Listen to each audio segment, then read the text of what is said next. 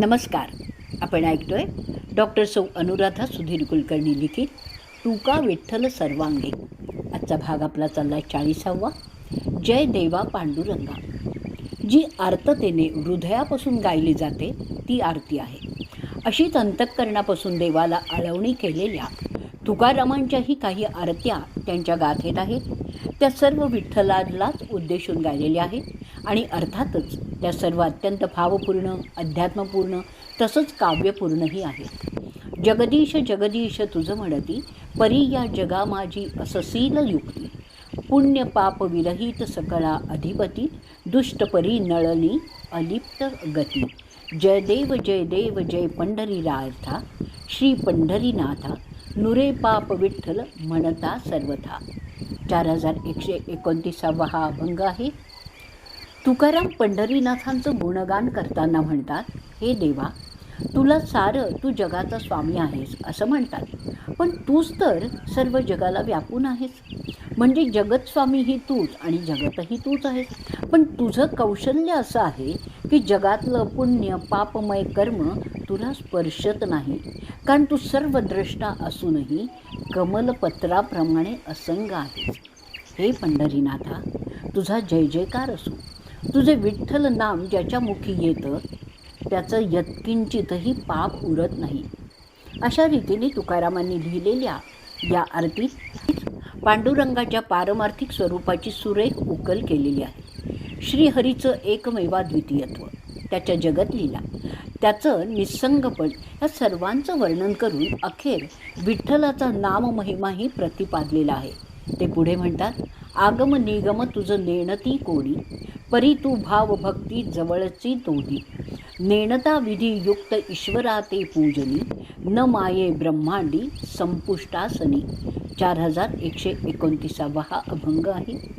वेदशास्त्र ही तुला पूर्णपणे जाणण्यास समर्थ नाही आहेत. तुला जाणण्यासाठी भावभक्तीच पाहिजे. कोरडं शब्दज्ञान काहीही उपयोगाचं नाही. आर्त होऊनच तुझी आरती गाता आली पाहिजे. देवाची विधियुक्त पूजा केली तरी देवाचं स्वरूप कसं कळेल, तर तो ब्रह्मांडा एवढ्या संपुष्टातही मावत नाही. शास्त्रशुद्ध पूजेत देवाच्या प्रतीकांचं पूजन होतं, पण त्याच्या स्वरूपाचं पूजन करण्यासाठी त्याच्याशीच एकरूप व्हावं लागेल. चितस्वरूप म्हणजेच ज्ञानस्वरूप भगवंतांचं गुणगान करताना तुकाराम म्हणतात, सकळा वर्मा तूची जाणसी एक, बद्ध मोक्ष प्राप्त आणि सुखदुःख. जाणो म्हणता तुझं ठकली बहुतेक, तुका म्हणे शरण आलो मज राख. 4129 हा अभंग आहे. देवा, बंध कशाला म्हणतात? मोक्षाचं स्वरूप काय आहे? कृतार्थ पुरुष कसे असतात? बद्ध जीवांना सुखदुःख का प्राप्त होतात? ही सगळी वर्म जाणणारं तूच आहेस. देवाला आम्ही जाणलं असं म्हणणारे फसतात, कारण जाणतेपणाचा अहंकार गेल्याशिवाय देवाला मुळी जाणता येतच नाही. तेव्हा देवाला शरण जाणं हेच फक्त आपल्या हाती आहे. शरण आलेल्या माझे तू रक्षण कर, अशी अखेर तुकारामांनी पंढरीनाथाला विनवणी केलेली आहे. पंढरीच्या पांडुरंगाचं रूप हे गोकुळातल्या श्रीकृष्णाचंच रूप आहे. ही विठ्ठल भक्तांची ठाम श्रद्धा आहे. तुकारामही विठ्ठलाची आरती गाताना त्यात कृष्ण लीलांचं मनोरम वर्णन करतात. बंदीशाळेत जन्मलेल्या लावण्य सुंदर तेजपुंज कृष्णाने गोकुळात येऊन मोठमोठ्या दैत्यांचा कसा संहार केला, केवळ करंगळीवर गोवर्धन पर्वत कसा उचलला, ब्रह्मदेवाचंही गर्वहरण कसं केलं, इथपासून पांडवांना कसं सर्वार्थाने सहाय्य केलं, हे सगळं वर्णन ते आपल्या पुढच्या आरतीत करतात. अवतार गोकुळी हो जनतारावयासाठी, लावण्य रूपडे हे तेजपुंजाळ राशी. उगवता कोटी बिंबे रवी लोपले शशी, उत्साह सुरवरामही थोर मानसी. जय देवा कृष्णनाथा जय रखुमाई कांता, आरती ओवाळीन तुम्हा देवकी सूता. 4136 हा अभंग आहे. लोकांना संकटातून तारण्यासाठी भगवंतांचा गोकुळात अवतार झाला.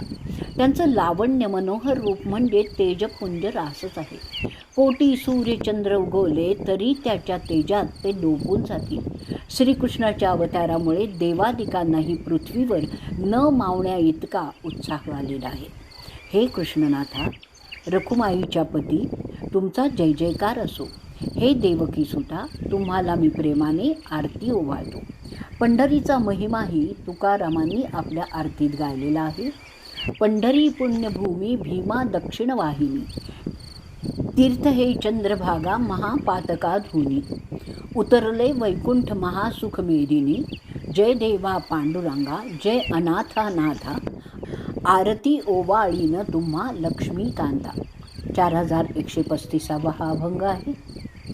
पंढरी हे पुण्यक्षेत्र असून तिथे अर्धचंद्राकृती दक्षिणमुखी भीमा नदी ही वाहत असते, म्हणून तिला चंद्रभागा म्हणतात. तिच्यात भक्तिभावाने स्नान करणाऱ्याची महापातकं धुतली जातात. पंढरी म्हणजे धरणीवर उतरलेलं महासुखमय वैकुंठच आहे.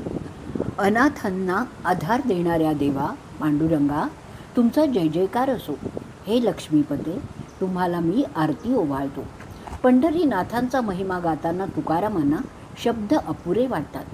काय तुझा महिमा वर्णू मी किती, नाममात्रे भवपाश तुटती, पाहता पावले हे विष्णू मूर्ती, कोटी कुळांसहित जडजीव उद्धरती. जय देव जय पंढरीराया, श्री पंढरीराया, करुणिया कुरवंडी सांडीन काया. 4132 हा अभंग आहे. या विष्णूच्या अवताराची पावली असताना जड जीवांचा कोटी कुळांसह उद्धार होतो असं ते म्हणतात. जो आपलं सर्वस्व पंढरीनाथांच्या पावलांवर वाहतो त्याच्या जन्ममरणाचे बंध तुटतात. तुकारामही हरिचरणावरून आपल्या कायेची कुरवंडी करून टाकतात. उत्कट भक्तीने ओथंबलेल्या आरतीचाही तुकाराम महिमा गातात. आरतीतल्या नादलयाने मनाची एकतानता साधते. तिच्यात वर्णन केल्याप्रमाणे हरिमहात्म्याने चित्त भारावून जातं.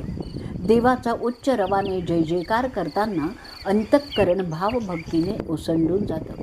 आरतीतल्या दीपज्योतीतून आत्मज्योतीची प्रचिती येऊ शकते. फक्त ही आरती मंगलमय म्हणजे मीपणा सोडून केली पाहिजे. मंगळ आरतीचा थोर महिमा आणिक द्यावया नाही उपमा, श्रीमुखासहित देखे जो कर्मा, पासूने सुटे जैसा रवी नासी तमा.